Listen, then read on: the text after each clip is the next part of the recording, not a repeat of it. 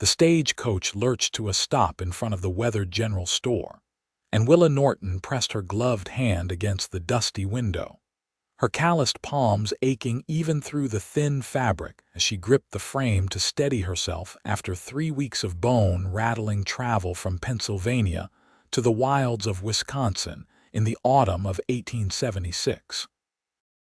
The driver's gruff voice announced they had arrived in Mineral Point, and Willa's heart hammered against her ribs as she gathered her worn carpet bag and stepped down onto the dirt street, her legs unsteady after so many hours confined to the cramped coach. The town stretched before her in shades of brown and gray, wooden buildings lining a main street that looked like it had seen better days, though the autumn sun cast everything in a golden light that made it seem almost welcoming. She clutched the letter in her pocket, the one from Franklin Morrison, the cowboy who had placed an advertisement for a wife in the Philadelphia newspaper 6 months prior. Their correspondence had been brief but honest. He needed help on his ranch and a partner in life. She needed to escape the grinding poverty of factory work that had left her hands rough and scarred from operating the textile machines 12 hours a day. He had not asked for a photograph, which she appreciated, because she knew she was no great beauty with her plain features and sun-damaged skin from the years before the factory, when she had worked her father's failing farm. Willa scanned the handful of people on the street, looking for a man who might be looking for her. A tall figure separated himself from the shadow of the livery stable across the way, and she knew immediately it was him.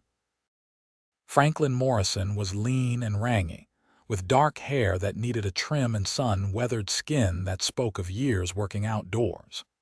He wore dusty trousers, scuffed boots, and a faded blue shirt with the sleeves rolled up to his elbows. As he approached, she noticed his eyes were a startling shade of green, like new grass in spring, and they held a mixture of hope and nervousness that probably mirrored her own expression. "Miss Norton?" he asked, removing his hat to reveal hair pressed flat against his forehead. "Yes," she managed, her voice sounding thin and uncertain to her own ears. "Mr. Morrison, Franklin, please," he said, and then seemed at a loss for words. They stood there awkwardly for a moment, two strangers who had agreed to bind their lives together based on a few exchanged letters and mutual desperation. "Your journey was long," he finally said, taking her bag from her hand. His fingers brushed hers, and she saw him glance down at her gloved hands. "You must be exhausted." "I am tired," she admitted, "but grateful to have arrived safely." He nodded and gestured toward a buckboard wagon hitched to 2 sturdy horses. "The ranch is about an hour outside of town. I thought we could get the marriage done today, if you are still willing, and then head out before dark. But if you need time to rest or reconsider, I have arranged for you to stay at the boarding house." Willa appreciated that he gave her the choice, though they both knew she had nowhere else to go. She had spent her last dollars on the journey west. "I am still willing," she said quietly. "I did not come all this way to delay what we both agreed upon." Relief flooded his features, and for the first time he smiled. It transformed his face, making him look younger than his 28 years mentioned in his letters. "The Reverend is expecting us at the church in an hour. That gives you time to freshen up at the boarding house if you would like." She nodded gratefully, and he helped her into the wagon before driving the short distance to a neat white house with a sign that read, "Mrs. Kelly's Boarding House." The proprietor, a round woman with kind eyes, showed Willa to a small room where she could wash away the dust of travel and change into her best dress, a simple gray wool that she had sewn herself. As she removed her gloves to wash her hands and face, she stared at her palms in the small mirror propped on the washstand. The calluses were thick and yellow, the skin cracked in places despite the salve she applied each night. Her fingers were scarred from a dozen small accidents with the machinery, and her nails were cut short and practical. She had not lied to Franklin in her letters, had told him plainly that she was a working woman with a working woman's hands, but seeing them now, she felt a wave of shame. What must he think? Expecting a bride and getting someone who looked like she had spent her life doing hard labor. Because she had, Willa pulled on her gloves again, the same thin ones she had worn for travel, and made her way downstairs where Franklin waited in the parlor. He stood when she entered, and she saw his gaze sweep over her, though his expression remained carefully neutral. The church was a small wooden structure at the edge of town, its white paint peeling in places but its steeple pointing proudly toward the blue autumn sky. The reverend was an elderly man with wispy white hair and spectacles that kept sliding down his nose. He seemed pleased to perform the ceremony, chatting amiably about how wonderful it was that Franklin was finally settling down with a good woman. They stood before him in the empty church, and Willa felt the surreal nature of the moment wash over her. This morning she had been on a stagecoach, uncertain of her future.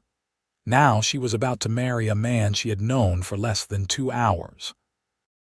But when Franklin took her hand to slide the simple gold band onto her finger, she felt a spark of something she had not expected. Not love, not yet, but possibility. "You may remove your glove," the reverend said kindly when Franklin hesitated. Willa's cheeks burned, but she slowly peeled off her left glove, revealing her work-worn hand. She kept her eyes down, not wanting to see Franklin's reaction, but then his fingers closed around hers, warm and steady. He slid the ring onto her finger and it fit perfectly. "I now pronounce you man and wife," the reverend intoned. "You may kiss your bride." Franklin leaned down, and his lips brushed hers gently, barely more than a whisper of contact, but it sent a shiver through her nonetheless. When he pulled back, his green eyes searched her face, and then he did something that made her breath catch. He lifted her left hand, still bare, and looked at it properly for the first time. She waited for the disappointment, the regret, but instead he raised her hand to his lips and pressed a kiss to her palm, right over the thickest callus. "Beautiful," he murmured, so quietly she almost missed it. "What?" she asked, certain she had misheard. He met her eyes and his expression was earnest. "Your hands, they are beautiful. They tell me you are not afraid of hard work, that you are strong and capable. Those are beautiful things, Willa." Tears pricked at her eyes, unexpected and overwhelming. In all her 24 years, no one had ever called any part of her beautiful. She had been useful, practical, strong, but never beautiful. "Thank you," she whispered, and meant it with her whole heart. They signed the marriage register, and just like that, she was Willa Morrison, wife of a cowboy she barely knew, embarking on a life she could scarcely imagine. The ride to the ranch gave them time to talk, though the conversation came in fits and starts, both of them feeling their way through the awkwardness of new intimacy. Franklin told her about the ranch, 200 acres of rolling hills and grassland where he ran cattle and horses. He had built the house himself 5 years ago when he first claimed the land, and he admitted it was rough but sturdy. "I have a woman who comes from town twice a week to help with washing and heavy cleaning," he said. "Mrs. Patterson. She is a widow and needs the income." "I did not want you to think you would be doing everything alone." "I am not afraid of work," Willa said. "I know," Franklin replied. "Your letters made that clear, but I also do not expect you to work yourself to death. A partnership means we both contribute what we can." She studied his profile as he drove, the strong line of his jaw, the capable way he handled the horses. "What made you decide to advertise for a wife?" she asked. He was quiet for a moment, and she thought perhaps she had overstepped, but then he sighed. "Loneliness, mostly. I came out here after the war, wanted to build something of my own, away from the crowds and noise of Chicago. I did that, but after a few years, I realized that having land and cattle was not enough. I wanted someone to share it with, to build a real life with. The women in town, the few unmarried ones, they want someone more established, someone who can give them an easier life. I am doing well enough, but it is still a hard life out here. I needed someone who understood that, who was willing to work alongside me. And I needed somewhere to belong, Willa said softly. The factory was killing me slowly. The noise, the dust, the endless hours of the same motions over and over. When my father died 2 years ago and left me with nothing but debts, I thought I would spend the rest of my life in that factory until it used me up completely. Your advertisement seemed like a chance for something different. I hope I can give you that, Franklin said. Something different. Something better.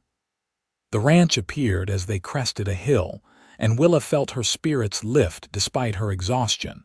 The house was a sturdy log structure with a covered porch and real glass windows. Smoke curled from the chimney, and she could see a barn, a corral with several horses and pastures stretching out in all directions. It was not grand, but it was honest and real, and it was now her home. Franklin helped her down from the wagon, and this time when his hands circled her waist, she felt the strength in them, the calluses that matched her own. He was a working man too, she realized, and perhaps that was why he had not judged her roughened hands. "Welcome home," he said, and carried her bag up the porch steps. The interior of the house was sparse but clean. The main room served as both kitchen and living area, with a stone fireplace at one end and a sturdy table with 4 chairs near the window. She could see 2 doors leading to what she assumed were bedrooms, and everything was neat and orderly in a way that surprised her. Many men living alone let their surroundings fall into disarray, but Franklin clearly took pride in his home. "I will sleep in the spare room," he said, setting her bag down. "I know this is all very sudden, and I do not expect anything from you until you are ready. We may be married by law, but I want you to feel comfortable here." Willa felt a rush of gratitude for his consideration. "Thank you," she said. "That is very kind." He showed her around the house, pointing out where things were kept, explaining his routines. The bedroom he gave her was small but had a real bed with a thick quilt and a window that looked out over the pastures. There was a washstand with a pitcher and bowl and pegs on the wall for her clothes. "I will let you rest," Franklin said. "I need to check on the cattle before dark, but I will be back in a few hours. There is bread and cheese in the pantry if you are hungry, and the well is just outside the back door." After he left, Willa sank onto the bed and let out a long breath. She was married. She was in Wisconsin. She was a rancher's wife. The enormity of the changes in her life threatened to overwhelm her, but she pushed the feelings aside and focused on the practical. She unpacked her few belongings, hanging her 2 dresses on the pegs and arranging her brush, comb, and the small daguerreotype of her parents on the washstand. Then she went to explore her new home more thoroughly. The kitchen was well stocked with basics: flour, cornmeal, salt pork, dried beans, and preserved vegetables. She found the bread Franklin had mentioned, along with a wheel of cheese and a crock of butter. Her stomach reminded her that she had not eaten since early morning, so she cut thick slices of bread and cheese and ate standing at the window, watching the sun sink lower toward the horizon. She washed the few dishes, finding the rhythm of the simple task soothing, and then heated water to wash herself more thoroughly than she had managed at the boarding house. By the time Franklin returned, she had changed into her other dress and was sitting at the table, mending a tear in her traveling dress by lamplight. He looked surprised to find her up. "I thought you would be sleeping," he said. "I rested for a bit," she replied. but I am too wound up to sleep properly yet. How are the cattle? Good. I have about 50 head right now, which is not a large herd but manageable for one man. Come spring, I am hoping to increase that number." He hesitated, then added, "With your help if you are willing to learn the work." "I am willing," Willa said. "I do not know anything about cattle, but I can learn." He smiled at that and moved to the stove to make coffee. "Are you hungry? I can fry up some bacon and eggs." "I can do it," Willa said, rising, but he waved her back down. "You have been traveling for weeks. Let me cook tonight." She watched him work, efficient and practiced in the kitchen. He fried thick slices of bacon until they were crispy, then cracked eggs into the hot grease.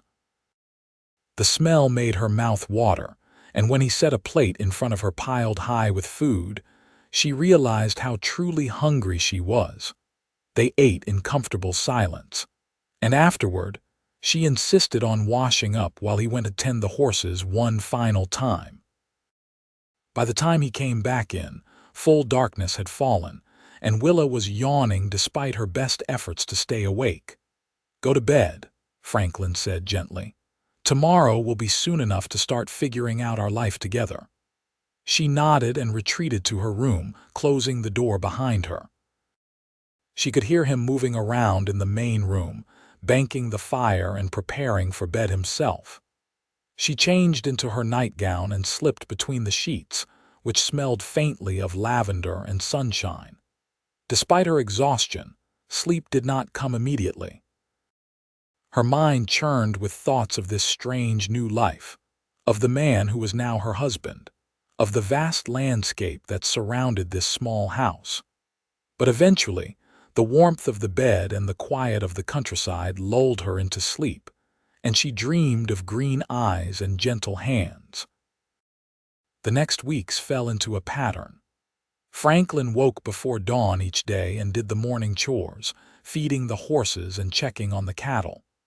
Willa rose soon after and made breakfast, learning quickly what he liked and how much coffee he drank. After breakfast, he would go out to work on one of the endless tasks that came with running a ranch, and she would tackle the housework, though there was less of it than she expected with just the two of them. She was used to hard work, so the physical labor did not daunt her, but she found herself restless with too much time to think. On the fourth day, she went out to find Franklin mending fence in the near pasture and asked if she could help. He looked at her standing there in her work dress with her bonnet shading her face, and something shifted in his expression. "Can you use a hammer?" he asked. "Well enough," she replied. So he taught her to mend fence, showing her how to align the rails and drive the nails true. They worked side by side through the morning, and she felt something ease in her chest. This was familiar, this physical labor toward a concrete goal. They did not talk much, but the silence was companionable, and when they stopped for the lunch she had packed, he thanked her for her help. "You are good at this," he said, examining the section she had completed. "I told you I was not afraid of work," she replied. "You did," he agreed. "But there is a difference between being willing and being capable. You are both." After that, she joined him in the outdoor work more often, learning the rhythms of the ranch. He taught her to ride, setting her on the gentlest of his horses and walking beside her until she found her balance. She had never ridden before, and the first few times she was terrified, but Franklin was patient and encouraging, and gradually she learned to relax into the motion.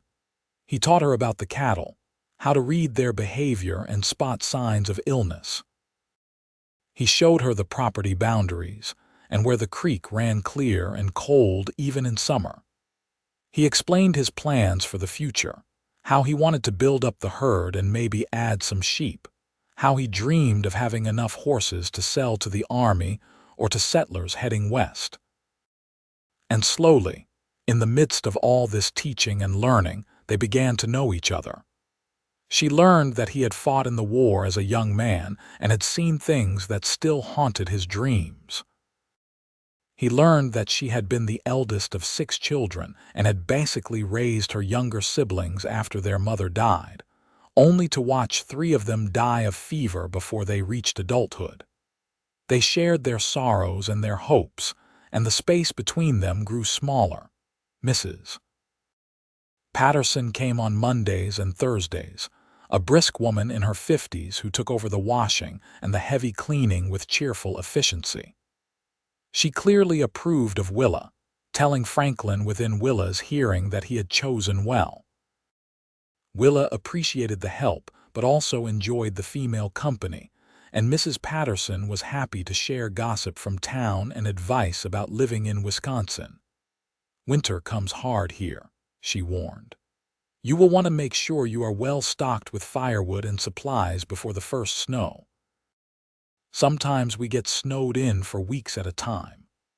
Franklin assured her they would be ready, and Willa spent several days helping him stack firewood and check the provisions in the root cellar.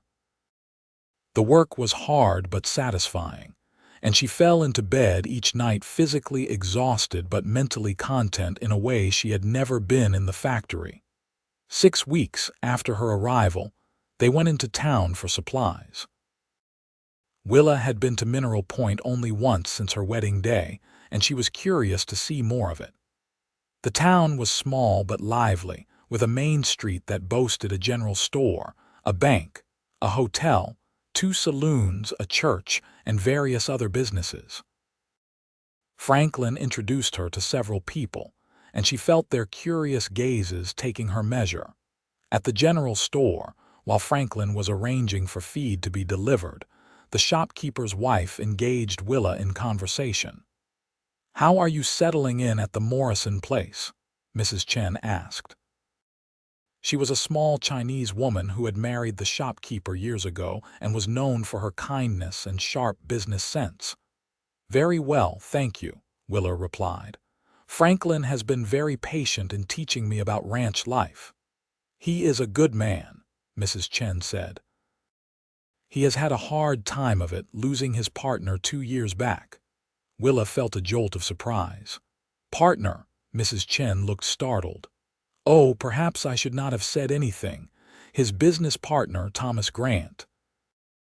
They started the ranch together after the war, but Thomas was killed in a riding accident, broke his neck when his horse threw him. Franklin took it very hard, blamed himself for some reason, though it was clearly just bad luck. He has not mentioned it," Willa said quietly. "Well, men do not always talk about their pain," Mrs. Chen said wisely. "But I thought you should know. It explains why he was alone out there for so long before sending for you." That night, after they had returned to the ranch and put away the supplies, Willa asked Franklin about Thomas. She saw the shutters come down over his eyes, the way his jaw tightened, but she pressed gently. "Mrs. Chen mentioned him today," she said. "I did not know you had lost someone." Franklin was silent for a long moment, staring into the fire. Finally, he spoke. "Thomas and I served together in the war. Afterward, we both wanted to get away from everything that reminded us of those years, so we came west together. We bought this land as partners, built the house and the barn, started the herd. He was like a brother to me." "What happened?" Willa asked softly. "We were driving cattle to better pasture. His horse stepped in a hole and went down hard. Thomas was thrown and landed wrong. He died before I could even get him back to town for a doctor." Franklin's voice was rough with old grief. "I should have been more careful, should have checked the ground better." "It was not your fault," Willa said firmly. "Accidents happen, Franklin. You cannot blame yourself for that." "I know that in my head," he said, "but my heart has been slower to accept it. After he died, I bought out his share from his family back east and just kept working. I thought if I worked hard enough, I could outrun the grief and the guilt. But after a few years, I realized I was just existing, not living. That is when I decided to look for a wife, to try to build something new." Willa moved to sit beside him on the bench by the fire. Without thinking about it too much, she reached for his hand, threading her fingers through his. His calloused palm pressed against hers, and they sat there in the firelight, holding onto each other. "Thank you for telling me," she said. "Thank you for asking," he replied, "and for not thinking less of me for my grief." "Why would I think less of you for loving someone and missing them when they are gone?" she asked. "That is what makes us human, Franklin." He turned to look at her then, really look at her, and she saw something kindle in his green eyes that made her breath catch. "How did I get so lucky?" he murmured. "Lucky," she repeated, surprised. "To find you," he said. "A woman who understands hard work and grief and what it means to keep going even when things are difficult, who does not judge me for my losses or expect me to be more than I am." "I could say the same about you," Willa whispered. "You have never made me feel less than because of where I came from or how I look or what my hands show about my life." "Your hands," Franklin said, lifting the one he held and studying it in the firelight, "are proof that you are a survivor, Willa. They are beautiful because they are strong and capable, and they belong to you." Something shifted between them in that moment, some final wall crumbling. When Franklin leaned in to kiss her, it was not the chaste brush of lips from their wedding day, but something deeper, more real. Willa kissed him back, tasting coffee and something sweeter, feeling the scratch of his beard against her skin, the warmth of his hand cradling her face. When they finally pulled apart, they were both breathing hard, and Franklin rested his forehead against hers. "I know I said I would give you time," he said, his voice rough. "And I will as much as you need. But I want you to know that I am falling in love with you, Willa Morrison. Not the idea of a wife, but you specifically. Your strength and your kindness and the way you look at the world." Tears spilled down Willa's cheeks, but they were not sad tears. "I am falling in love with you too," she admitted. "I did not expect it, but I am." He kissed her again, and then again, and when he scooped her up in his arms and carried her to his bedroom instead of hers, she went willingly, ready to make this marriage real in every sense of the word. The next morning, Willa woke wrapped in Franklin's arms, the early light filtering through the window. She felt different, changed in some fundamental way. Not just because of the physical intimacy they had shared, though that had been wonderful and tender and more than she had dared to hope for, but because she felt truly connected to him now, bound by more than just legal papers. Franklin stirred beside her, and when his eyes opened and focused on her face, he smiled. "Good morning, wife," he said, his voice still rough with sleep. "Good morning, husband," she replied, feeling a flush of pleasure at the word. They lingered in bed longer than usual, talking quietly, touching gently, learning each other in this new context. Eventually, though, the needs of the ranch called them up, and they dressed and went about their morning tasks with a new awareness of each other, hands brushing as they passed, eyes meeting across the room. The weeks that followed were some of the happiest of Willa's life. The work was hard, especially as autumn turned to winter and the weather grew colder, but she had never felt more alive. She and Franklin worked side by side during the day and fell into bed exhausted and content each night. They talked about everything and nothing, sharing their thoughts and dreams and fears. When the first real snow came in late November, blanketing the ranch in white and making the outdoor work even more difficult, Willa was glad for the preparation they had done. They had firewood stacked high, the root cellar was full of provisions, and the animals were as sheltered as they could make them. One evening, snowed in with a blizzard howling outside, they sat by the fire after supper, and Franklin asked her if she was happy. "Happier than I have ever been," Willa said honestly. "I never imagined my life could be like this." "What did you imagine?" he asked. She thought about it. "I thought I would work in the factory until I was too old or too injured to continue, and then I would die in poverty." I never let myself dream of more than that because it hurt too much to want things I could not have. And now, Franklin prompted. Now I have more than I ever dreamed, she said. A home, work that matters, and someone who loves me. You do love me, do not you? With all my heart, Franklin said fervently. I love you so much it scares me sometimes, Willa. I lost Thomas and it nearly broke me. The thought of losing you is unbearable. Then we will have to take very good care of each other, Willa said firmly. No unnecessary risks, no being careless. We will build a long life together, Franklin Morrison, and fill it with good things. Like what? He asked, smiling. Like children eventually, she said, feeling her cheeks heat. They had not spoken of it directly, but they had certainly not been preventing it. And a bigger herd, and maybe that horse breeding operation you mentioned. A bigger house someday with room for all those children and maybe guests. How many children are we having in this plan of yours? Franklin asked, amused. At least 3 or 4, Willa said. I came from a large family, and even though it was hard sometimes, I liked having siblings. I want that for our children. 3 or 4 children, Franklin mused. We will need to add on to the house then. Maybe another bedroom or 2 and a bigger kitchen.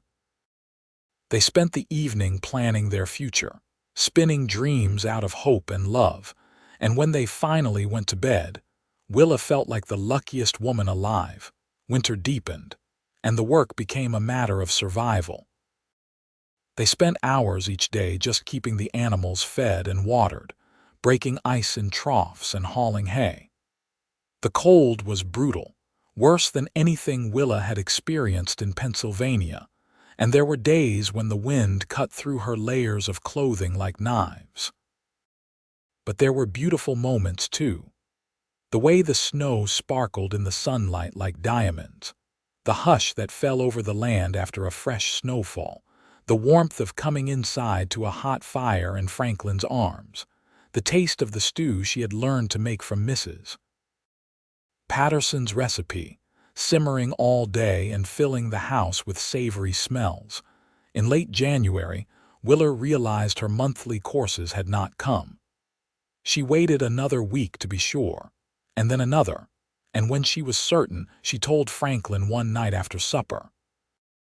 I think I am with child, she said quietly. Franklin's fork clattered to his plate and he stared at her.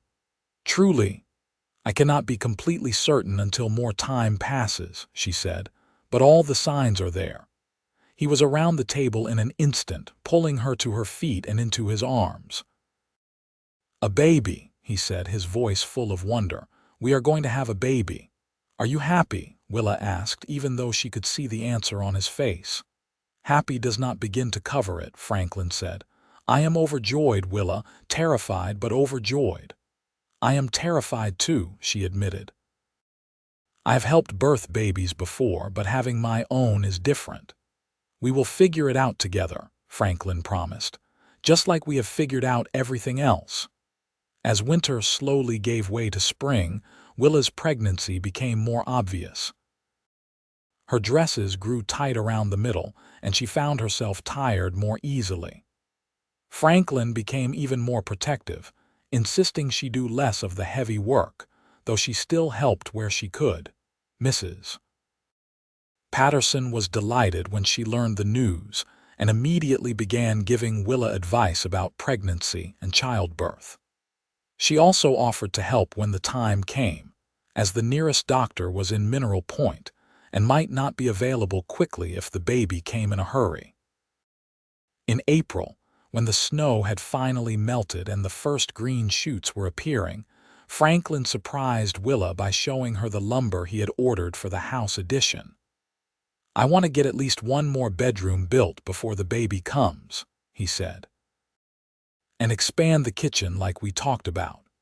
They spent the spring and early summer working on the addition whenever time allowed. Franklin did most of the heavy construction work, but Willa helped where she could, and she loved watching their house grow. It felt like a physical manifestation of their growing family, this expanding of their space and their lives. The baby was due in late summer, according to Willa's calculations, and as the day drew nearer, she felt a mixture of excitement and fear. Women died in childbirth all the time, she knew. It was one of the most dangerous things a woman could do. But she had Franklin, and she had Mrs. Patterson, and she had her own strength that had carried her through so many difficult things already. In the middle of August, on a hot afternoon when Willa was resting in the shade of the porch, the first pains began. They were mild at first, just a tightening across her belly, but she had helped enough women through labor to know what they meant. "Franklin," she called, keeping her voice calm. "I think it is time." He came running from the barn, his face pale beneath his tan. "Are you sure?" "I am sure," she said. "You need to ride to town and fetch Mrs. Patterson, but do not panic. First babies usually take a long time." Franklin looked torn between staying with her and doing as she asked. "I do not want to leave you alone," he said. "I will be fine for the few hours it takes you to get to town and back," Willa assured him. "I will just walk around and breathe through the pains like I have seen other women do. Go now, so you can get back sooner." He kissed her hard, his hands gentle on her swollen belly, and then ran for his horse.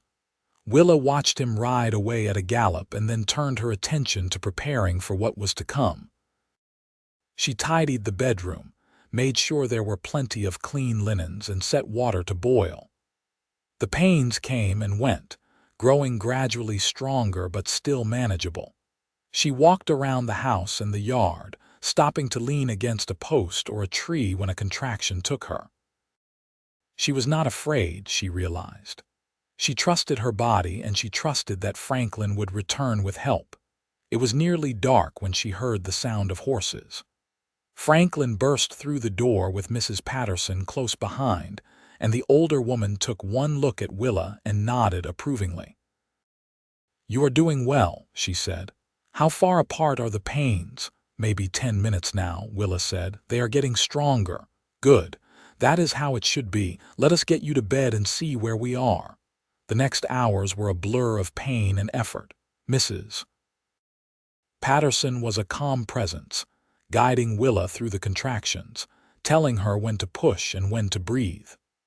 Franklin stayed by her head, holding her hand and wiping her face with a cool cloth, murmuring encouragement even when she cursed him for getting her into this situation. Finally, as dawn was breaking, Willa felt the baby slip from her body in a rush of relief. She heard a cry, thin and outraged, and Mrs. Patterson laughed. "A boy," she announced. "A fine, healthy boy." Willa collapsed back against the pillows, exhausted beyond measure, but when Mrs. Patterson placed the baby in her arms, cleaned and wrapped in a soft blanket, she forgot her tiredness. The baby was red and wrinkled and perfect, with a shock of dark hair and tiny fists that waved in the air. "Hello, little one," she whispered. "I am your mother." Franklin was staring at the baby with an expression of such awe and love that it made Willa's heart ache. "Can I hold him?" he asked. Willa passed the baby to him, and she watched as her strong cowboy husband cradled their son with infinite gentleness, tears streaming down his face. "He is perfect," Franklin said. "Absolutely perfect. What should we name him?" They had discussed names but had not settled on anything definite. Willa looked at her son and thought of new beginnings and hope. "What about Grant?" she suggested. "For Thomas." "I think he would have liked to have a namesake." Franklin's eyes met hers, bright with tears. "Grant Morrison," he said. "I love it. Thomas would have been honored." Mrs. Patterson helped Willa get cleaned up and settled comfortably, checked on the baby one more time, and then announced she would make breakfast for everyone. "You two need to rest," she said firmly.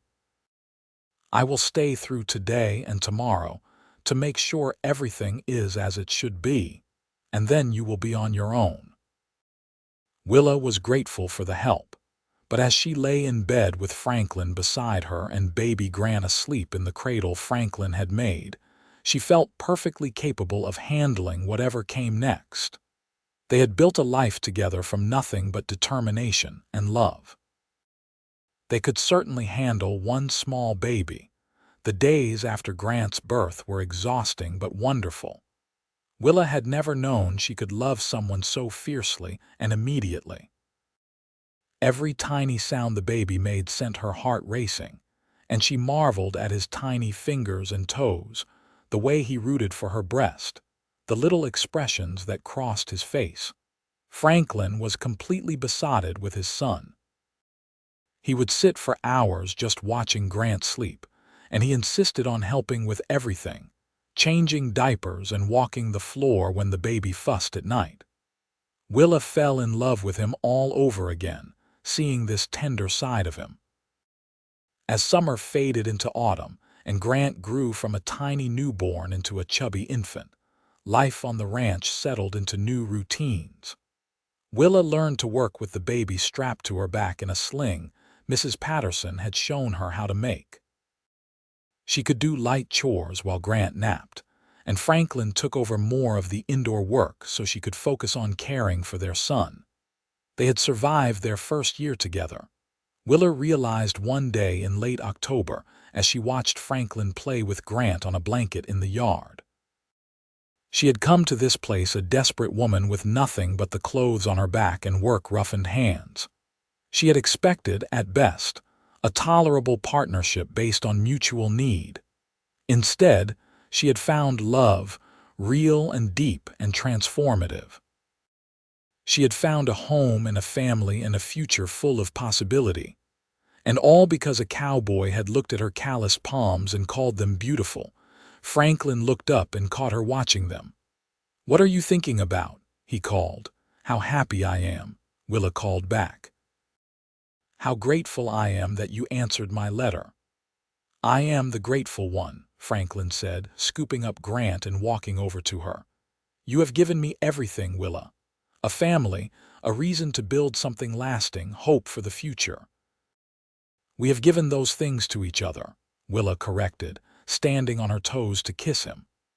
Grant, caught between them, made a happy gurgling sound and they both laughed. That winter was harder than the first, with a baby to keep warm and safe, but they managed. The house addition was finished, giving them more space and better heat. Franklin had a good harvest from selling cattle, so their finances were more secure. And they had each other, which made every challenge bearable. As Grant's first birthday approached in the summer of 1878, Willa discovered she was pregnant again. Franklin was thrilled, and Willa was pleased too, though a little daunted at the thought of managing two small children. But Mrs. Patterson assured her that the second baby would be easier because she knew what to expect, and Willa chose to believe her. This pregnancy was different from the first. She was chasing after an active 1-year-old instead of being able to rest when she needed to, and she felt more tired. But she was also more confident, more certain of her body's ability to do this work. The second baby, a daughter they named Grace after Willa's mother, arrived in early March of 1879 after a labor that was mercifully shorter than Grant's had been. She had her mother's light hair and her father's green eyes, and she was just as perfect as her brother. 2 children, Franklin marveled, holding Grace while Grant climbed on the bed to peer at his new sister. "We are a proper family now." "We were a proper family before," Willa said, but she understood what he meant. Their family was growing, expanding, becoming more than just the two of them. The years that followed were busy and full. Grant and Grace grew like weeds, and the ranch prospered under Franklin's careful management and Willa's hard work.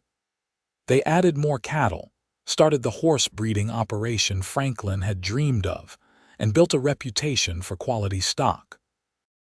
In 1881, Willa gave birth to twin boys, Thomas and Henry, and suddenly their family of 4 became 6. The house was full of noise and laughter, and the controlled chaos of raising 4 children under the age of 5. There were difficult moments, times when Willa was so tired she could barely stand, when Franklin was stretched thin trying to do the work of two men while also being present for his family. But there were beautiful moments too. The first time Grant helped his father with the horses, sitting so proudly in the saddle. The way Grace sang to her baby brothers, making up nonsensical songs that somehow always soothed them. The rare quiet evenings when all four children were asleep and Franklin and Willa could sit on the porch and watch the sunset, hands clasped together. "You remember when you first arrived?" Franklin asked one such evening. "How nervous we both were." "I remember thinking you would be disappointed when you saw me," Willa admitted, "that you would regret your choice. I thought you would take one look at the rough ranch and want to go back to the city," Franklin said, "even if the city meant the factory." "I am glad we were both wrong," Willa said. "Me too," Franklin agreed. He lifted her hand to his lips, kissing her palm the way he had on their wedding day. Her hands were more calloused than ever after years of ranch work, scarred and rough and strong. "Still beautiful," he murmured. "Still yours," Willa replied. As the children grew, they became more helpful around the ranch. Grant, serious and responsible even as a young boy, learned to handle the cattle and horses. Grace had a way with the chickens and the kitchen garden that Willa expanded each year. The twins were wild and energetic, but they could be counted on to help with feeding animals and hauling water. The ranch continued to grow and prosper. Franklin bought more land from a neighbor who was moving back east, expanding their holdings. They built a bigger barn and added onto the house again, giving the children more space. Willa's kitchen garden became famous in the area, and she started selling vegetables and preserves in town, adding to their income. Mineral Point was growing too, with more businesses and more people settling in the area. Willa made friends with other ranch wives, and the children had schoolmates and playmates. They went to church most Sundays when the weather allowed, and Willa taught Sunday school while Franklin served on the church board. It was a good life, full and rich, though not without its challenges. There was the year of the drought, when they lost a quarter of the herd and had to buy feed at exorbitant prices. There was the winter when all four children came down with influenza at once, and Willa and Franklin barely slept for a week, nursing them through fevers and coughs. There was the time Grant broke his arm falling from a horse, and Franklin blamed himself even though it was simply an accident. But they weathered every storm together, their love for each other and their family carrying them through. On their 10th anniversary in 1886, Franklin surprised Willa with a trip to town, arranging for Mrs. Patterson to watch the children for the night. They stayed at the hotel, a luxury Willa had never experienced, and dined in the hotel restaurant. 10 years, Franklin said, raising his glass of wine to toast her. 10 years since you arrived on that stage coach. The best 10 years of my life, Willa said, clinking her glass against his. Mine too, Franklin agreed, though I am hoping for at least 40 or 50 more. At least, Willa said, smiling. They danced in the hotel ballroom, Willa in a new dress Franklin had secretly commissioned from the dressmaker in town. It was the finest thing she had ever worn, deep blue silk that matched her eyes, and she felt beautiful in it. Beautiful in a way that had nothing to do with her appearance and everything to do with how Franklin looked at her. "I love you, Willa Morrison," he said as they swayed to the music. "More today than the day I married you, and I will love you more tomorrow than I do today." "I love you too," Willa whispered, resting her head on his shoulder. "You made me believe in happy endings, Franklin. You made me believe I deserved good things." "You deserve everything good," Franklin said fiercely. "And I will spend the rest of my life trying to give it to you." The children grew into young adults, each finding their own path. Grant took over more and more of the ranch work, proving to be as good a cattleman as his father. Grace, beautiful and intelligent, became a teacher, though she still lived at home and helped with the ranch when she could. Thomas wanted to be a veterinarian, and they scraped together money to send him to school in Madison. Henry, the wild twin, announced at 16 that he wanted to join the cavalry, and though it broke Willa's heart, they gave him their blessing. As their children grew up and began to leave, Willa and Franklin found themselves facing a new phase of their marriage. The house that had been so full of noise and activity grew quieter. The work was still there, the ranch still demanded their attention, but there was more time for just the two of them again. They took to riding out together in the evenings when the weather was fine, exploring the land they had worked so hard to build into something prosperous. Franklin had gray in his hair now, and lines around his eyes from years of squinting in the sun. Willa's hands were as calloused as ever, her body bearing the marks of bearing 4 children and working hard for decades.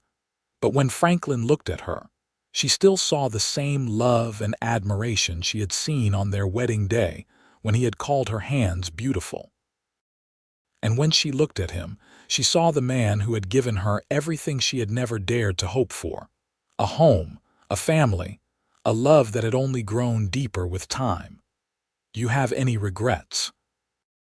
Franklin asked her one evening as they sat on the porch, watching the sunset paint the sky in shades of orange and pink. Willa thought about it seriously, as she always did when he asked important questions. "I regret the years before I met you," she finally said. "The years I wasted thinking I was not worthy of anything better than the factory. But I do not regret anything that has happened since I stepped off that stagecoach." "Not even the hard parts?" Franklin asked. "The drought, the sicknesses, the times when we barely had enough to get by?" "Not even those," Willa said firmly. "The hard parts made us stronger. They proved that we could face anything as long as we faced it together." "Together," Franklin echoed, reaching for her hand. Their fingers interlaced, his calloused palm against hers, 2 hands that had worked and built and loved for more than 2 decades. "That is the secret, is it not? Together we can handle anything." In 1895, almost 20 years after Willa had arrived in Mineral Point, they celebrated Grant's wedding to a sweet girl named Sarah from a neighboring ranch. Willa watched her eldest son exchange vows and felt the circle completing itself. She had come here as a mail-order bride, uncertain and afraid, and now she was watching her own son begin his own marriage journey. "What are you thinking?" Franklin asked, coming to stand beside her after the ceremony. "That life is strange and wonderful," Willa said. "That I could never have imagined, back in that factory in Philadelphia, that I would end up here, watching my son get married on a beautiful ranch in Wisconsin, surrounded by people I love." "Are you happy?" Franklin asked, the same question he had asked so many times over the years. "Happier than I have any right to be," Willa answered, the same way she always did. Grace married a few years later, a banker from town who was respectful and kind and obviously adored her. Thomas finished his veterinary training and opened a practice in Mineral Point, close enough to visit regularly. Henry, after his years in the cavalry, came home and announced he wanted to start his own ranch with the knowledge he had gained from his father and the savings he had built up. Franklin and Willa helped him buy land adjacent to theirs, and they watched with pride as Henry built his own life, making his own mistakes and triumphs. It was bittersweet, seeing all their children grown and gone, but it was also deeply satisfying to know they had raised capable, good people who were making their own marks on the world.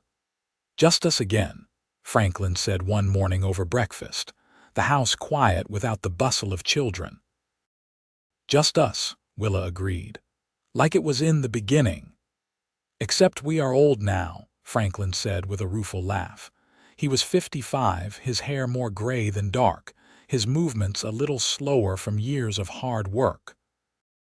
"We are not old," Willa protested, though at 47 she felt every one of her years in her aching joints and the lines on her face. "We are experienced." "Experienced," Franklin repeated with a grin. "I like that better." They settled into this new rhythm of their life, the ranch running smoothly with Grant's help and hired hands to do the heaviest work. Franklin started talking about retirement, about handing over the day-to-day operations to Grant and just enjoying their later years. But then, in the winter of 1902, Willa realized with shock that she was pregnant again. At 50, she had assumed that part of her life was long over. But the signs were unmistakable, even though it seemed impossible. Franklin was stunned when she told him, and more than a little worried. "Women your age," he began, but she cut him off. "Women my age have been having babies since the beginning of time," she said firmly. "I am strong and healthy, Franklin. We will be fine."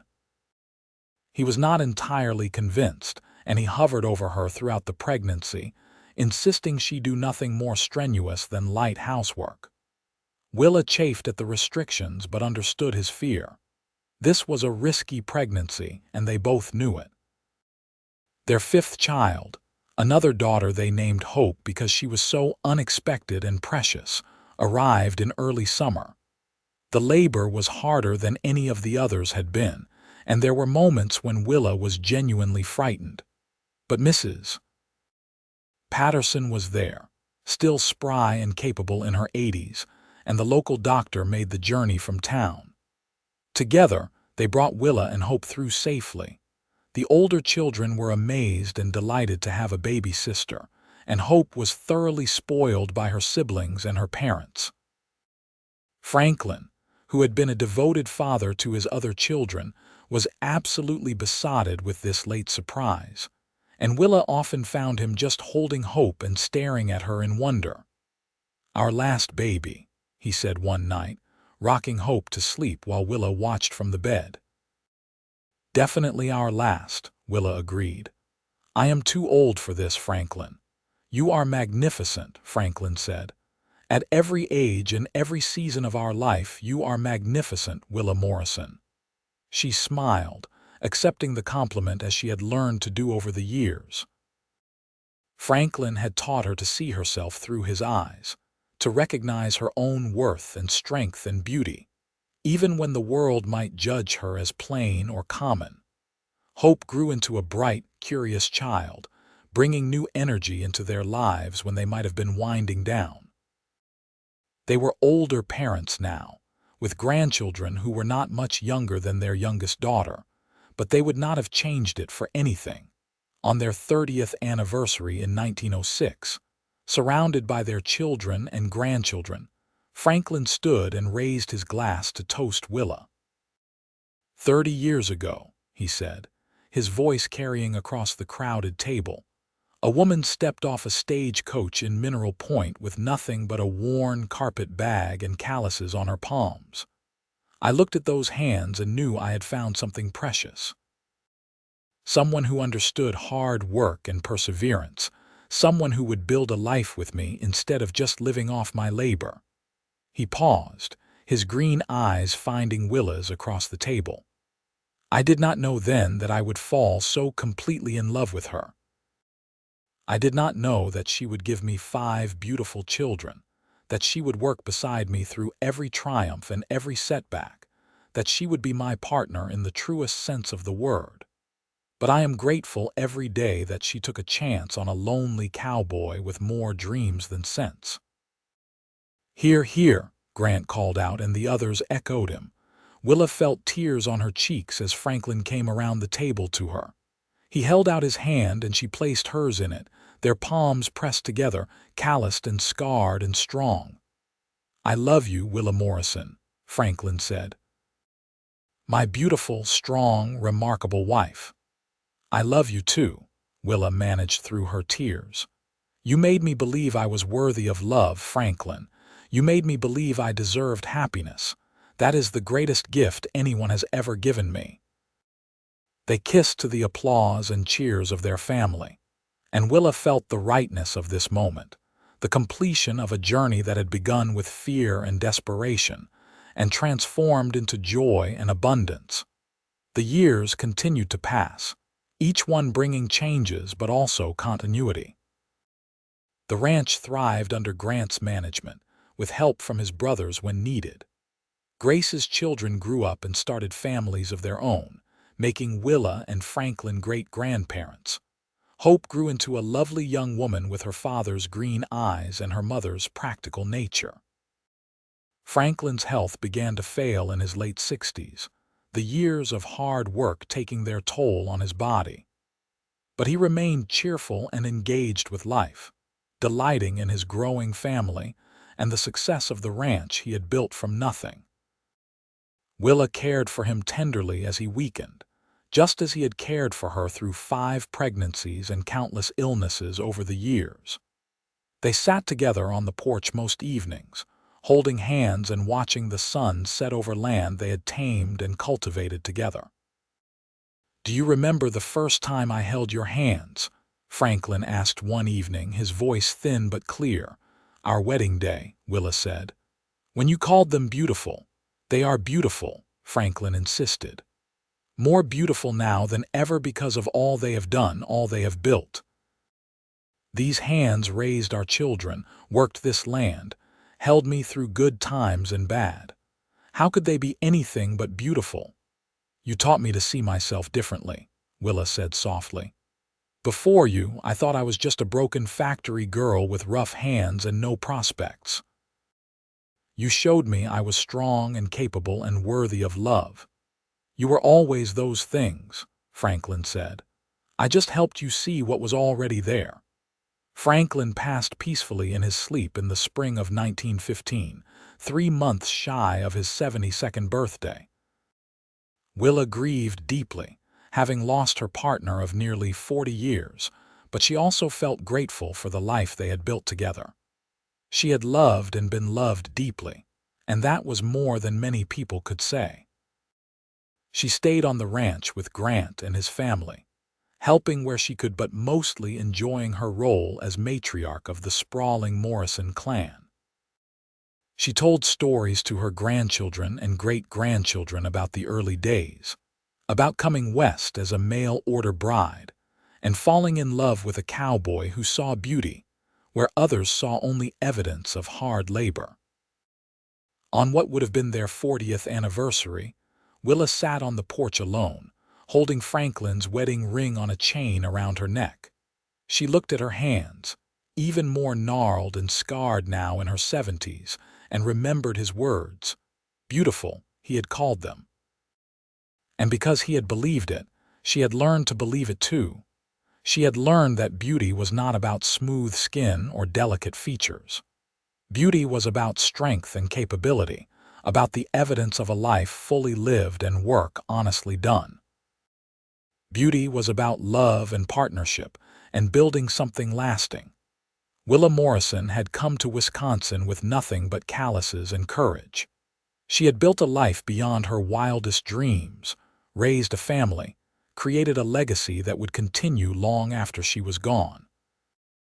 And all because a cowboy had looked at her work-roughened hands and recognized them for what they truly were, beautiful proof of her strength, her resilience, and her worth. As the sun set over the ranch she and Franklin had built together, Willa smiled. She had been blessed beyond measure, loved beyond reason, and she would carry that love with her until her own last breath and beyond. Willa lived to be 83 years old, surrounded by children, grandchildren, and great-grandchildren who all knew the story of how their family began.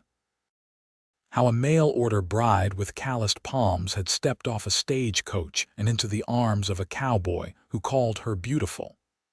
How from that simple beginning had grown a love that spanned decades and created a legacy that would endure for generations.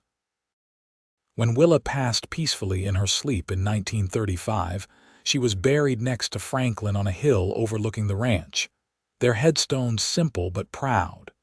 And on her headstone, at the insistence of her children, were carved these words: "Beautiful hands, beautiful heart, beautiful life."